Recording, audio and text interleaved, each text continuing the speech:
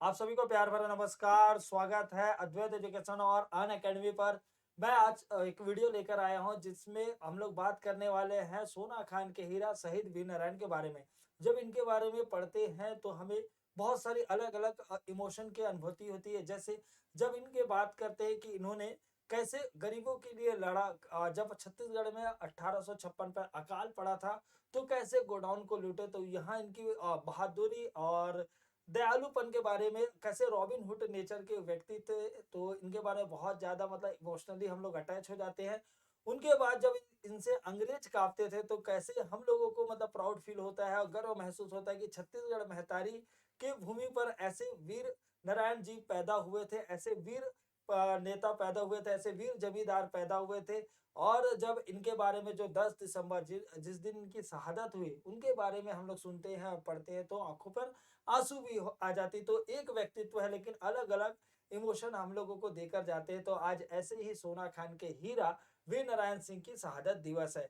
तो आज हम लोग याद करते हैं। तो भाई वीडियो चालू होने से पहले और देखने से पहले आप सभी लोग कमेंट बॉक्स पर जय छत्तीसगढ़, जय हिंद और वीर नारायण सिंह अमर रहे, ऐसे आप कमेंट बॉक्स पर कमेंट कर सकते हैं। क्योंकि मुझे ऐसा लगता है कि सबसे अगर प्राउड का मोमेंट अगर कोई होगा किसी छत्तीसगढ़ पर निवास करने वाले, और छत्तीसगढ़ ही नहीं पूरे भारत पर, जब इनके बारे में स्टोरी पढ़ते कि 1857 की क्रांति में कैसे इन्होंने अंग्रेजों के साथ लोहा लिया, कैसे ये जेल तोड़कर भागे, जब इनके बारे में पता चलता है तो सच में मतलब भारत की भूमि पर, भारत माँ की गोदी पर, छत्तीसगढ़ महतारी की गोदी पर कैसे कैसे लाल पैदा हुए हैं। और कभी कभी इस बारे में भी दुख लगता है कि मतलब भारत लेवल पर शायद वीर नारायण सिंह को इतना ज्यादा महत्व नहीं दिया जाता, लेकिन छत्तीसगढ़ गवर्नमेंट है जो वो बहुत सारे कार्य कर रही है। इनके नाम से डैम बना रहे हैं और छत्तीसगढ़ पे जो स्टेडियम बना हुआ है। और अभी आईपीएल तो मैच हो चुके थे, चैंपियन लीग भी हो चुके थे, अभी अंतर्राष्ट्रीय लेवल पर वहाँ मैच होने वाले हैं किधर भारत और न्यूजीलैंड का। तो मुझे ऐसा लग रहा है कि एक बढ़िया मतलब एक चीज है। देखो दिल से भी मानना चाहिए, लेकिन साथ ही साथ होता है क्या है कि जब वहां पे कमेंट्री करते हुए बोला जाएगा मतलब स्वागत है वीर नारायण स्टेडियम में, तो लोग सर्च करेंगे कि ये वीर नारायण है कौन। लोग इसके बारे में जानने की कोशिश करेंगे और यही तो है, जितना इनको हमारे जो पुरखा है उनको जानेंगे, उनके समझेंगे, उनके आइडियोलॉजी को, लड़ने के तरीके के, उसके एग्रेशन को, एनर्जी को जब जितना हम लोग जानेंगे समझेंगे तो उतना ज्यादा हमारे पर्सनैलिटी डेवलप होगी। तो मुझे ऐसा लग रहा है कि एक जो स्टेडियम का नाम इनके नाम से होना एक प्राउड वाली बात है। तो बात करते हैं शहादत है, तो 10 दिसंबर को इसकी शहादत हुई। तो इनका जन्म हुआ था जो सोना खान जो क्षेत्र है, इसलिए मैं बार बार सोना खान के हीरा ही बोलता हूँ, बलौदा बाजार जिले पर पड़ता है। सोना खान के जमींदार के यहाँ इनका जन्म हुआ था जिनका नाम था राम राय। तो पहले वो जमींदार थे, फिर इसके बाद उनका एक युद्ध होता है मैक्सन के साथ 1818 में, जहाँ पे उनकी बुरी तरीके से हार हो जाती है। उसके बाद यह 1830 पर वीर नारायण सिंह जी जमींदार बनते हैं। और 1835 पर एक देव नामी और मिश्र करके एक व्यक्ति थे, उनकी क्या करते हैं ये हत्या कर देते हैं, जो कि खरोद के निवासी थे। लेकिन उस टाइम कोई सबूत कुछ भी नहीं मिलता है, तो इसी कारण इन्हें क्या है बाइज्जत बरी कर दिया जाता है। फिर समय बीतता जाता है और 1856 की घड़ी आती है। 1856 की घड़ी में अब जो छत्तीसगढ़ की जो भूमि है वहाँ अकाल पड़ जाता है। और पड़ने के बाद ये इलियट को पत्र भी लिखते हैं कि मेरे क्षेत्र में अकाल पड़ा हुआ है करके, उनको जानकारी भी देते हैं। इलियट कौन थे?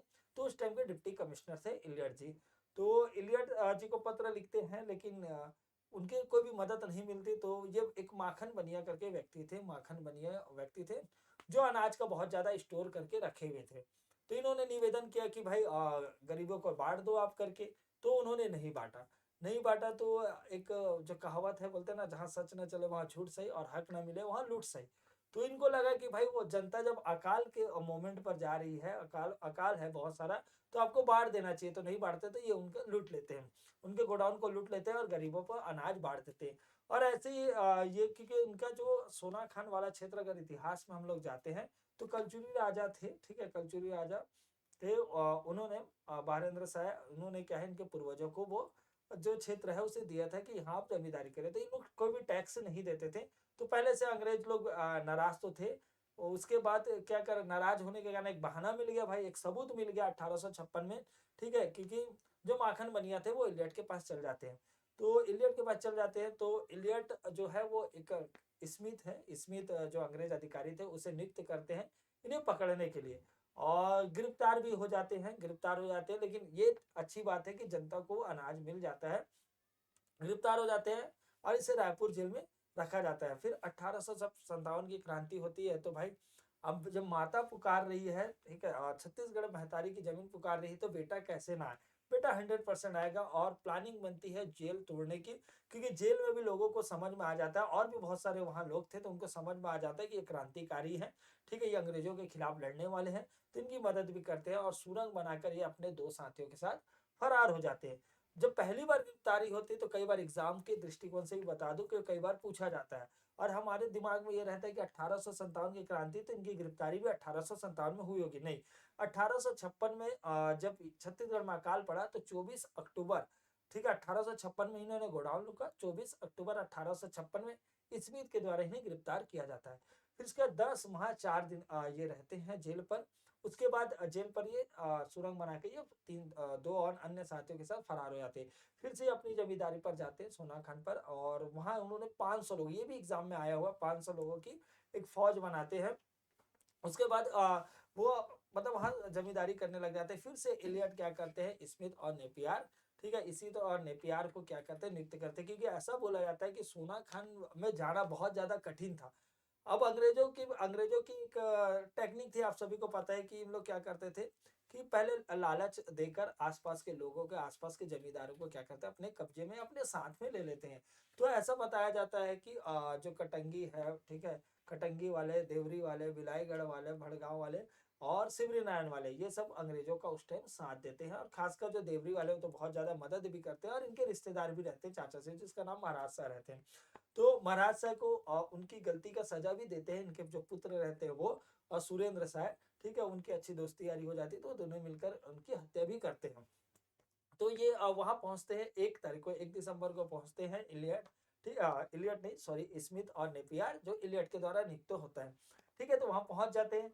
अब भाई क्या करते हैं वहां, जो जो जितने भी झोपड़ी रहते हैं लोगों को परेशान करना चालू कर देते हैं और आग लगाना चालू कर देते हैं। और जिनके मन में रॉबिन हुड वाला नेचर हो, मतलब जिनके मन में जनता के प्रति हमेशा श्रद्धा हो, तो वो क्या करते हैं, जैसे ही घर को जलता हुआ देखकर, ठीक है, आत्मसमर्पण के लिए सामने आ जाते हैं। तो 2 दिसंबर 1857 को ये आत्मसमर्पण कर देते हैं। 5 तारीख को, ये भी एग्जाम में आया हुआ है, ध्यान रखना, फिर 5 तारीख को इन्हें इलियट के पास पेश किया जाता है, वहां इन्हें सजा दी जाती है फांसी की। तो वो समय आ जाता है, वो घड़ी आ जाती है 10 दिसंबर, 10 दिसंबर 1857, ठीक है, 10 दिसंबर 1857 को फांसी दी जाती है। और ऐसा बोला जाता है कई लोगों का ऐसा कि फांसी देने के बाद भी इसके करीब में अंग्रेज नहीं आ पाते हैं, करीब में अंग्रेज नहीं आ पाते हैं, क्योंकि इतना ज्यादा इनका खौफ था, इतना ज्यादा इनका खौफ था कि कोई भी इसे चेक करने भी नहीं आ पाते कि इनकी डेथ हुई है, ये जिंदा है कि नहीं। और भी बहुत सारे और भी कहानी आती है कि इन्हें घोड़े से खींचा जाता है, जिससे इनकी हड्डियां भी चकनाचूर हो जाए, इस टाइप से। तो अगर जब भी आप रायपुर जाए तो जो जय स्तंभ चौक है वहां रुक कर एक बार इन्हें जरूर याद कर लिया जाए, एक बार जरूर इन्हें नमन किया जाए, क्योंकि मुझे ऐसा लग रहा है कि छत्तीसगढ़ में अगर कोई है जो जिन्होंने क्रांति की अलग जगह, क्रांति की अलग जगह, लोगों के अंदर एक भावना पैदा हुई कि अंग्रेज से भी लड़ सकते हैं, अंग्रेजों से भी टकरा सकते हैं और अंग्रेजों से हम लोग जीत सकते हैं, तो उनमें बहुत बड़ा योगदान वीर नारायण जी का था। तो जब भी रायपुर जाए तो जरूर याद करें, इन्हें जरूर नमन करें। अभी तो चौक बहुत अच्छा हो भी चुका है, और नहीं गए होंगे आप तक तो भाई मुझे एक तो कमेंट करके ये बताइए कि आप लोग गए हो कि नहीं, देखे हो कि नहीं, उस जगह नहीं गए होंगे तो भाई एकदम ढूंढ कर, गूगल कर कर, ठीक है, किसी से पूछ कर वहां एक बार जरूर जाइए, ठीक है, यही असली उनकी श्रद्धा होगी और उनके आइडियोलॉजी को, ठीक है, जिस प्रकार से निडरता से, ठीक है, एक मजबूत, एक ताकतवर जो सत्ता है, जो अंग्रेज है, ठीक है, अंग्रेज है, उनसे जब लड़ ले रहे हैं छोटे से जमींदार, तो मुझे लग रहा है इनसे ये सीखना चाहिए। और एग्जाम का कितना भी पैटर्न हार्ड हो, कितना भी कठिन हो, क्वेश्चन भी कितना है, तो आप उससे निपट सकते हैं। तो मुझे लग रहा है ये सब एज ए स्टूडेंट आप इससे सीख सकते हैं। तो मुझे ऐसा लग रहा है कि सभी को फिर से एक बार वीर नारायण सिंह अमर रहे आपको लिखना चाहिए, और मैं भी दिल से हमेशा वीर नारायण सिंह अमर रहे, मेरे दिल से हमेशा यही निकलता है। और जब भी पढ़ाता हूँ तो थोड़ा सा भावनात्मक मैं अटैच हो जाता हूँ इनसे, क्योंकि मुझे बहुत मतलब इनके बारे में पढ़कर बहुत ज़्यादा प्राउड होता है, बहुत ज़्यादा गर्व होता है और उम्मीद करता हूँ कि आप सभी को भी इसमें गर्व होता होगा। तो मैं और हमेशा यही बोलता हूँ कि सोना खान के हीरा वी नारायण सिंह जी, तो उनको सत-सत नमन है। और वो आज रहे या ना रहे, लेकिन उनकी परछाई हम सब तक पहुँच रही है, ये बहुत अच्छी बात है। और सरकार भी इनके नामों पर जैसे डैम बनाया गया है, डैम भी महासमुंद पर इनके नाम से डैम बनाया गया है, तो कुछ अच्छे-अच्छे कार्य भी हो रहे हैं, इनके नाम से अलंकरण भी दिए जा रहे हैं, जिससे लोगों के अंदर एक और जिसके जानकारी का अगर अभाव है, तो वो भी इन्हें सर्च कर रहे हैं, ढूँढ रहे हैं, इनके बारे में जान रहे हैं, समझ रहे हैं। ये बिजवार जनजाति से बेसिकली बिलॉन्ग करते थे, इसे भी एग्ज़ाम में पूछा जाते हैं। तो भाई ऐसे वीर पुरुष को हम सबका नमन है। जय हिंद, जय भारत, जय छत्तीसगढ़।